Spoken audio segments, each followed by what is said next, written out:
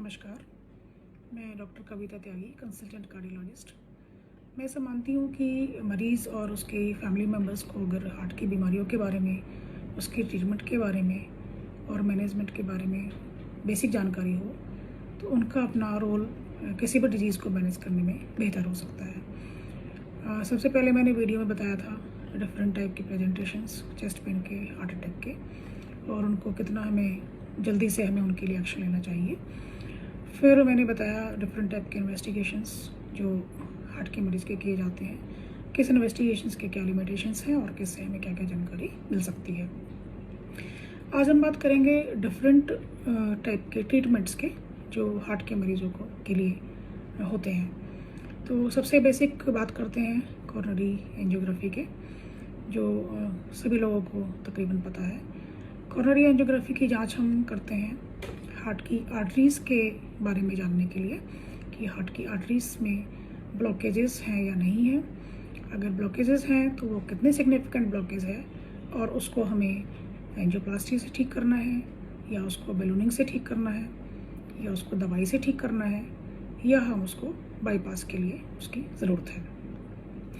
ये coronary angiography हाथ की नस से होती है या तो पैर की नस से होती है, और इसमें कैथेटर को हार्ट की आर्टरीज तक लेके जाते हैं और वहीं पर डाई डाल के एंजियोग्राफी की जाती है। कई बारी एंजियोग्राफी में भी हमें डाउट हो जाता है कि इसको हम खोलें या नहीं खोलें, इसकी एंजियोप्लास्टी करें या नहीं करें।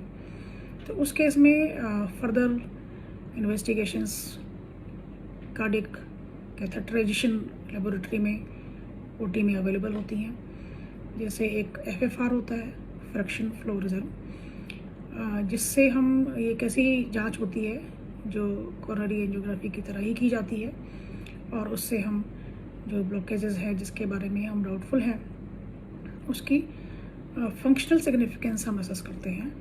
हम उससे ये असेस करते हैं कि ये ब्लॉकेज जो हमको एंजियोग्राफिकली सिग्निफिकेंट शायद लग रही है या नहीं भी लग रही है, तो इसको हमें ट्रीट करना चाहिए या नहीं करना चाहिए। ये भी एंजियोग्राफी की तरह ही होती है और सेम ही सेटिंग में ये इन्वेस्टिगेशन हो जाती है। इसके अलावा कई बारी जब जो एंजियोग्राफी में जो कभी कुछ टाइप के लीजन्स ऐसे होते हैं, कुछ टाइप का ऐसा विजुअलाइजेशंस होते हैं जिनको हमें फर्दर क्वांटिफाई करना होता है, जिनको हमें फर्दर हमें समझने की ज़रूरत होती है। तो उसके लिए एक optical coherence tomography OCT test होती है, जिसमें भी हम तार को लेके जाते हैं, और आईवस भी उसी प्रकार की टेस्ट होती है जो एक अल्ट्रासाउंड वायर होती है जो हार्ट की आर्टरीज़ के अंदर हम लेके जाते हैं, और हार्ट की आर्टरीज़ के अंदर कितना कैल्शियम है, कितना थ्रोम्बस है, प्लाक रप्चर हुआ है या सिर्फ प्लाक इरोड ही हुआ है, प्लाक के सिर्फ सुपरफिशियल इरोजन्स ही हुए हैं, ये सब देखने के लिए ये सब इन्वेस्टिगेशंस हमारे पास होती हैं और हम लोग इसको करते हैं डिपेंडिंग ऑन इंडिकेशन। जब एंजियोग्राफी में हम डिसाइड करते हैं अगर कि एंजियोप्लास्टी करनी है, तो एंजियोप्लास्टी के लिए हम लोग सेम ही रूट से एक तार लेकर जाते हैं। तार को उस जो बीमारी है उसके थ्रू निकालते हैं, आगे लेके जाते हैं, फिर बैलून से जगह बनाते हैं और फिर उसको उसमें स्टेंट डालते हैं। इस स्टेंट डालने की प्रक्रिया को बैलून से साफ करने के बाद में ही एंजियोप्लास्टी कहते हैं। ये भी सेम ही रूट से होता है और मोस्ट ऑफ द टाइम्स मरीज़ को बेहोश नहीं करना पड़ता है, मरीज़ होश में रहता है, और हादसे होता है तो 2 घंटे के बाद मरीज़ को उठाकर बिठाकर चाय वगैरह पिला सकते हैं। फिर इसके बाद में होता है एक permanent pacemaker implantation. Permanent pacemaker implantation हम लोग नॉर्मली ये भी लोकल एनेस्थीसिया में ही करते हैं, और दाएं या बाएं कंधे के नीचे की जगह पे इस तरफ या इस तरफ इसकी पॉकेट बनाई जाती है स्किन के नीचे सबक्यूटेनियस टिश्यूज़ के नीचे, और वहाँ पे पल्स जनरेटर हम उसको इम्प्लांट करते हैं, और उस पल्स जनरेटर में 2 तारें अटैच होती हैं जो हार्ट के दोनों चैम्बर्स को जाती हैं। या फिर अगर 3 चैम्बर वाला पेसमेकर होता है, CRTD या CRTP, तो 3 तारें होती हैं जो इस पल्स जनरेटर को अटैच की जाती हैं। जिन पेशेंट्स को डेंजरस रिदम्स, वेंट्रिकुलर टैकीकार्डिया या वेंट्रिकुलर फिब्रिलेशन के एपिसोड्स हुए हैं, उनको एक सिंगल तार का या डबल तार का स्पेशल पेसमेकर जो शॉक कर सके, पेशेंट को इंटरनल शॉक दे सके, उस रिदम को रिवर्ट करने के लिए वो दिया जाता है, जिसको ICD कहते हैं, इंट्राकार्डिक डिफिब्रिलेटर। उसको भी लगाने का सेम ही तरीका होता है जिस प्रकार से नॉर्मल पेसमेकर लगाते हैं। इसमें अभी एक और एडवांसमेंट आई है जिसको लेफ्ट बंडल ब्रांच पेसिंग कहते हैं। तरीका ऑलमोस्ट सेम ही है, पर इसके डेफिनेटली हार्ट के ऊपर थोड़े से बेहतर रिजल्ट है। इसको भी हम लोग करते हैं। और जिन मरीजों को हार्ट रेट बहुत फास्ट होने की बीमारियां आती हैं, जैसे कॉमनली SVT, सुप्रावेंट्रिकुलर टैकीकार्डिया या ventricular tachycardia, congenital ventricular tachycardia, congenital कुछ एबेरेशंस होते हैं जिनकी वजह से ये डेंजरस रिदम इन मरीजों में हो सकती हैं। तो इन मरीजों को एक स्पेशल जांच करनी पड़ती है जिसको इलेक्ट्रोफिजियोलॉजिकल स्टडीज़ कहते हैं। इलेक्ट्रोफिजियोलॉजिकल स्टडीज़ में 3-4 तारों की आवश्यकता पड़ती है। एक गर्दन से लेके जाते हैं और 2-3 तारें पैर की नस से लेके जाते हैं, और ये सारी तारें हार्ट के अंदर जाती हैं और हार्ट के अंदर उस पर्टिकुलर लोकेशन की इलेक्ट्रिकल प्रॉपर्टीज़ हम स्टडी करते हैं। टैकीकार्डिया को इंड्यूस भी करते हैं उसको देखने के लिए कि कौन सा टैकीकार्डिया है, इसका सर्किट क्या है, और हमको रेडियो फ्रिक्वेंसी एब्लेशन कहाँ देना है। इसमें कभी कभी मरीज़ को नींद की दवा देनी पड़ती है, कभी कभी नहीं देनी पड़ती है। इसके अलावा एक मरीज़ के जो हार्ट के चैम्बर्स के बीच में वाल्व होते हैं, जिनकी वजह से ब्लड एक चैम्बर से दूसरे चैम्बर में एक ही डायरेक्शन में फ़्लो हो सकता है, दूसरे में फ़्लो उसको अपोजिट डायरेक्शन में ब्लड को फ़्लो नहीं होना चाहिए, इसके लिए वो वाल्व भगवान ने बनाए होते हैं। इन वाल्व्स की कुछ बीमारियां होती हैं कई लोगों में, जैसे वाल्व का सिकुड़न हो जाना, वाल्व का छोटा हो जाना, या फिर वाल्व की लीकिंग हो जाना।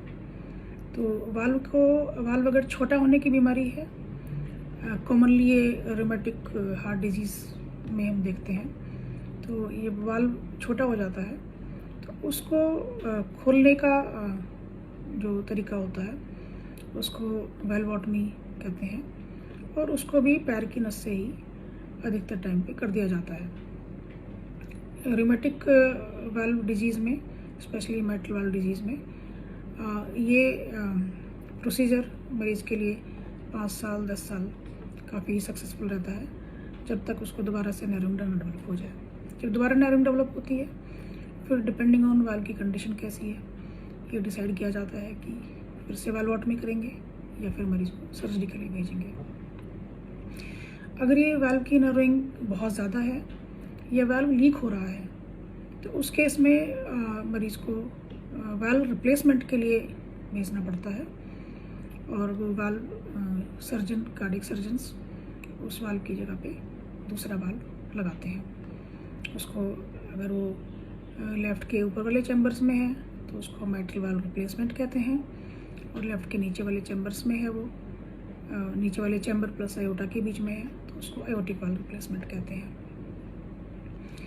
अगर तीनों आर्टरीज़ में बहुत ज़्यादा ब्लॉकेजेस हैं जिनको हम एंजियोप्लास्टी नहीं कर सकते हैं, या आर्टरी में डिजीज़ प्रकार से है कि बहुत ज़्यादा लंबे स्टेंट चाहिए, या मरीज़ को डायबिटीज़ है, या मरीज़ की बेसलाइन पंपिंग अगर कम है, तो उस केस में हम प्रेफर करते हैं, साइंटिफिकली इंडिकेटेड होता है कि मरीज़ की बाईपास सर्जरी कराई जाए।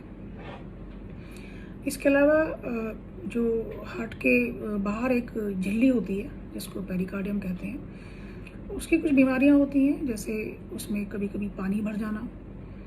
ये पानी भर जाना थायराइड के पेशेंट्स में भी देखने को मिलता है, कनेक्टिव टिश्यू डिसऑर्डर्स के पेशेंट में देखने मिलता है, कैंसर के पेशेंट्स में, और ट्यूबरकुलोसिस के पेशेंट्स में देखने मिलता है, हमारी कंट्री में कॉमनली स्पेशली। तो ये पानी जब ज़्यादा भर जाता है अगर, और अचानक से कभी भरा हो, तो ये पानी निकालने की प्रक्रिया की जाती है जिसको पेरिकार्डियोसेंटेसिस कहते हैं, और इसको भी लोकल एनेस्थीसिया में किया जाता है।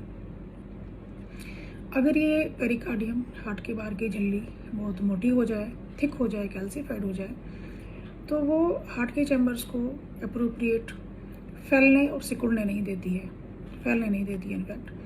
तो इसलिए हार्ट के प्रेशर्स नॉर्मली जो उनकी नॉर्मल वेरिएशंस होती हैं उनमें दिक्कत आती है, और इस प्रकार की झिल्ली को फिर निकालना पड़ता है, इसकी सर्जरी करनी पड़ती है जिसको पेरिकार्डिक्टमी कहते हैं, और इस सर्जरी को कार्डियक सर्जन लोग करते हैं। इसके अलावा जो कार्डियक ट्रीटमेंट्स हैं, जो बेसिकली मेडिकल ट्रीटमेंट्स हैं, उनमें खून पतला करने की दवाइयाँ, कोलेस्ट्रॉल की दवाइयाँ, ब्लड प्रेशर की दवाइयाँ, ये कॉमनली होती हैं। इसमें अगर मरीज़ की एंजियोप्लास्टी की जाती है तो उसको खून पतला करने की दवाइयाँ कम से कम 1 साल तक चलती हैं, और ऐसे मरीजों को इवन इफ लिपिड प्रोफाइल उसको लगे कि नॉर्मल रेंज में है, फिर भी उसको कोलेस्ट्रॉल की दवाई दी जाती है प्लाक को स्टेबलाइज रखने के लिए, प्लाक को रेगुलेट रखने के लिए।